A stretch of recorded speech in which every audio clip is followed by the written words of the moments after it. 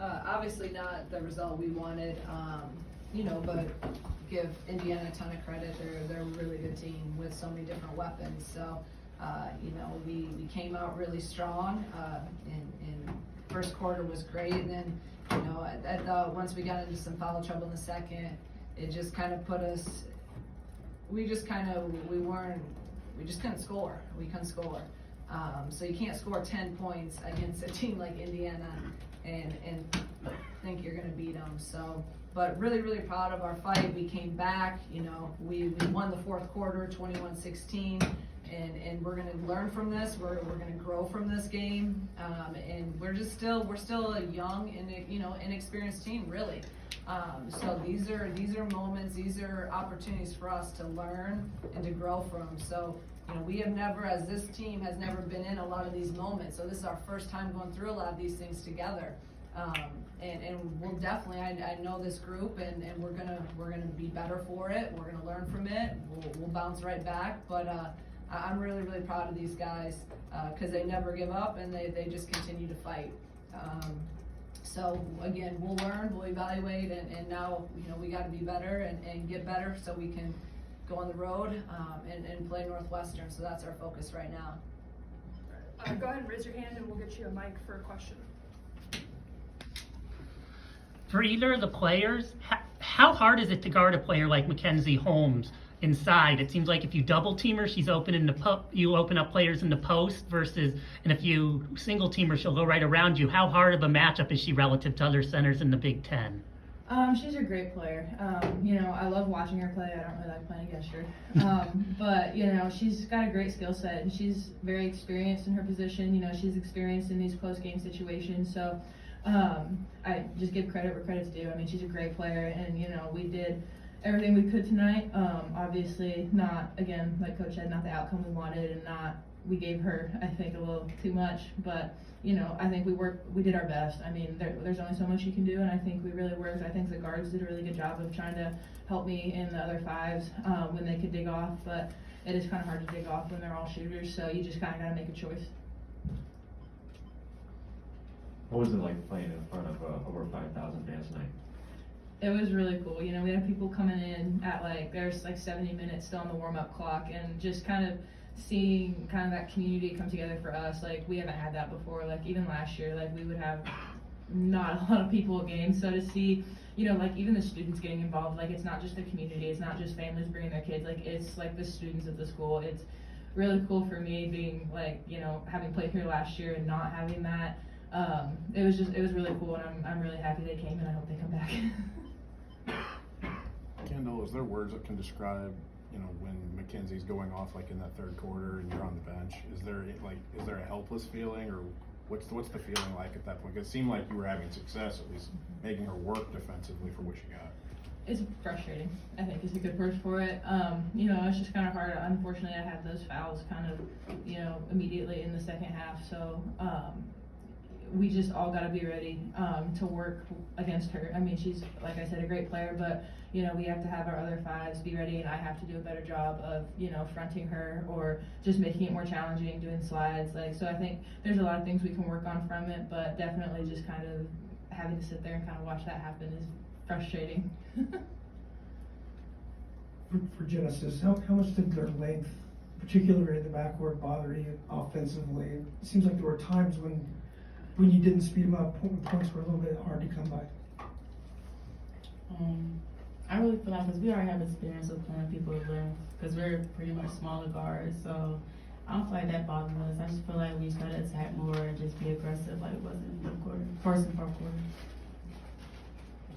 Someone who's been here around, beat Iron, you've kind of been competitive against Ohio State and Indiana twice. How much have you improved kind of in that area against top teams, and what's kind of the next step you guys can take? I think, all these games are learning experiences, as a team, and, a lot of the returners have not been in these situations before, close games against big teams. I mean, these used to be blowouts last year. So I really think it's just kind of learning to stay together when that team goes on a run. I mean, number 2 and number 16 in the country, they're gonna go on a scoring run, but we just have to be able to, stick together, withstand their run and be able to punch back. And I think, by the end of the season, we'll be more prepared for stuff like that. But I mean, it's all learning. I mean, it sucks, but you gotta learn from it. And we can make little changes in practice, we can make little changes in other games, and slowly and surely, like, we'll be more comfortable in those situations. Genesis, what was kind of said going into the fourth quarter, and what kind of got you guys going as a team, and what was kind of the switch between what you had in the first and fourth quarter and the middle two quarters? I feel like we just attacked more. Like, we knew that we only had 10 minutes left, and you know, we would have had that a little earlier, probably would have been different. But just we stayed in attack mode. We was getting downhill, we was getting fouls. So I just feel like we was just attacking more in the first and fourth quarter. Anything else for the players? All right. Same deal for questions with coach. Go ahead and raise your hand and we'll get you a microphone. Coach, how much does the build you're doing here mirror Indiana? For a long time, I asked Coach Moore this too. Both of you were at the bottom of the Big Ten. She's improved it over several years. That looks like in the first year you're already getting there. How much do you look to her to try to build a similar program to what she's built at Indiana and get the two what were historically the bad teams now at the top of the conference? No, you're right, and what Terry's done there is absolutely, it's amazing. And I remember, because, when I was at Dayton and she had first got there, and we recruited against them a lot. So I followed, and obviously followed the Big Ten, but just know, it took them a while. It took them a while to build this, and now they're consistently, a top 10 program, and I mean, a Final Four contender. I mean, they're legit. They got every piece that you need to get to a Final Four. So, shoot, if I can have half the success that she's had, I'll be happy. But ton of respect for her and what she's done, and it's fun to compete against them. It was an intense game, and it was fun. So. Hopefully we can keep building, and we want to be consistent like they've been. They built it, and then they have won year after year, and that's what we're looking to build here as well. Coach, a little over 27 minutes for Kendall Bostic. If you had that back, would you have her on the court a little bit more with 2 in the first and then 3 in the third? It seemed like a different game when she wasn't in the game. No, I mean, it is what it is. She had foul trouble. Mackenzie Holmes is really hard to guard. She's really hard to guard. It wasn't, I thought they all did okay, on her, but, at the end of the day, I go with what I go with in that time. So I haven't, once I watch film, maybe I'll have a different feel for it. Shauna, do you get a sense that this is a teaching moment maybe for the depth of your bigs, in the sense that I know she's an All-American, but that was your moment and Kendall can't play 40 minutes? Yeah, and I've been saying that, we're not that deep, and especially at the 5 position. So, I've challenged everyone and I challenged them again in the locker room after the game. Just, you gotta continue to be prepared for when your name's called. So, this is a definite learning experience, this game, no doubt about it. Like, we all wanted to win this game, and I thought we were capable of winning it, but we faced a really good team, and they made more plays than us. So that's the game of basketball. So now it's about how are we going to respond? How are we going to learn from this? How are we going to get better? Because like I said in my opening statement, that Indiana team has been through a lot together. They've been through the hard times, and they've been through these games together. Mackenzie Holmes, Grace Berger, I know Parrish is Garzon are new, but they have some veterans that have been through a lot, and we're just right now, this is our first time through all this together. So we're all learning, and there's no doubt about it. I know I'm going to use it as a teaching moment. I already told them that we're gonna break down film, we're gonna look at it, and then we're on to the next one. Because like I told them, you can't let Indiana beat us twice. So we gotta move on, and you gotta have a really short-term memory in this league, because we got a really hard Northwestern team that we gotta go to their place, and that's our focus. When you're trying to build something and you look up and you see a crowd like this and you hear noise like that, for you personally, how fulfilling, satisfying, exhilarating is it to see that after 2 months?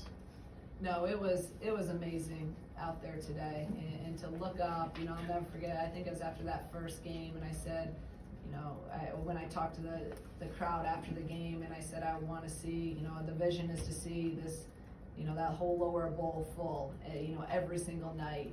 And today we had looked up and we had people up in the upper deck, and Orange Crush, absolutely amazing.